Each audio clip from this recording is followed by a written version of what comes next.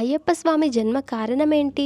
మహిషాసురుడు అనే రాక్షసుడిని మహిషాసురమర్దిని సంహరించిన తర్వాత అతడి చెల్లెలు మహిషి ప్రతీకారం తీర్చుకోవాలనుకుంటుంది. అప్పుడు బ్రహ్మకు ఘోర తపస్సు చేసి ఒక వరం పొందుతుంది. అదేంటంటే శివుడు విష్ణువులకు పుట్టిన బిడ్డ మాత్రమే తనను చంపగలగాలి అని. ఇందులో ఓ తిరకాసుంది. శివుడు విష్ణువు ఇద్దరు మగవాళ్లే కదా, వాళ్ళకు బిడ్డ పుట్టదు కదా, కాబట్టి తనకు చావు ఉండదు అనేది మహిషి ఆలోచన. ఇక బ్రహ్మ తథాస్తు అంటూ ఇచ్చిన ఆ వరంతో రెచ్చిపోయి ముల్లోకాలను ముప్పు తిప్పలు పెడుతుంది మహిషి.